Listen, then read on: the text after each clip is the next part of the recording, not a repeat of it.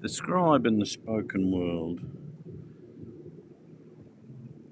Chapter 5, The Law of Substitution. The alchemy of replacing one reality with another. Every thought has a shadow, every belief has a rival, every fear has an opposite frequency, waiting to take its place. This is the law of substitution. A thought cannot be erased, it can only be replaced. The mind does not work in deletion, the mind works in displacement. You cannot remove darkness, you introduce light. The darkness dissolves. You cannot stop fear, you introduce truth, and fear collapses. You cannot silence doubt, you introduce identity. The doubt becomes irrelevant. Substitution is the quiet alchemy beneath every transformation. It is simple, it is direct, it is merciful, and it is powerful in a way most people never realize. You cannot fight the thoughts you fear.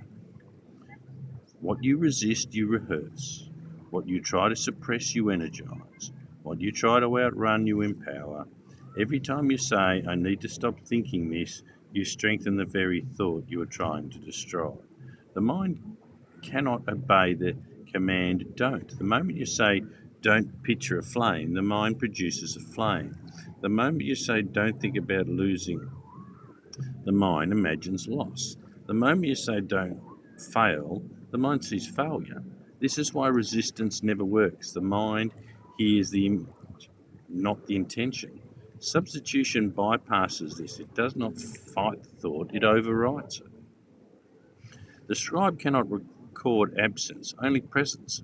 The scribe writes what is, not what isn't. You cannot say, I'm not scared, and have the scribe record sovereignty. You cannot say, I'm not broke, and have the scribe record abundance. You cannot say, I'm not alone, and have the scribe record connection. The scribe does not register negation. The scribe registers the emotional image behind the sentence. When you say, I'm not failing, the scribe writes down the image of failure. This is why substitution This is why substitution matters. It gives the scribe a new image to obey. How substitution works.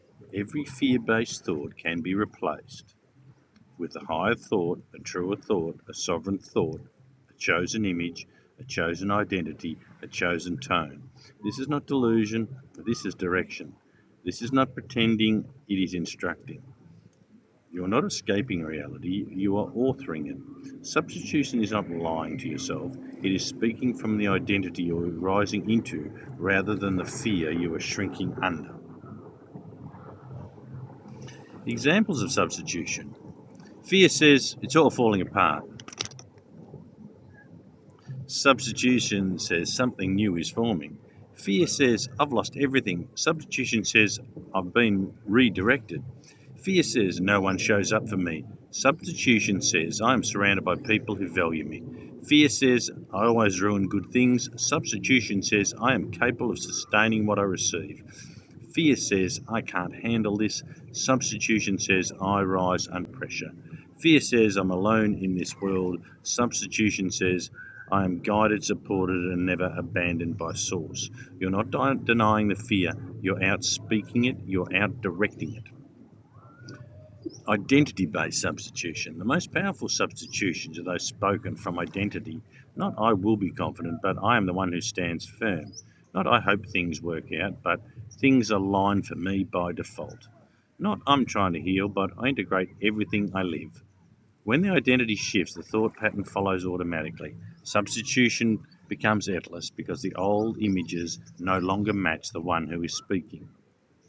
When substitution becomes command, at first substitution feels like practice, then it becomes habit, then it becomes tone, then it becomes identity, and finally it becomes law.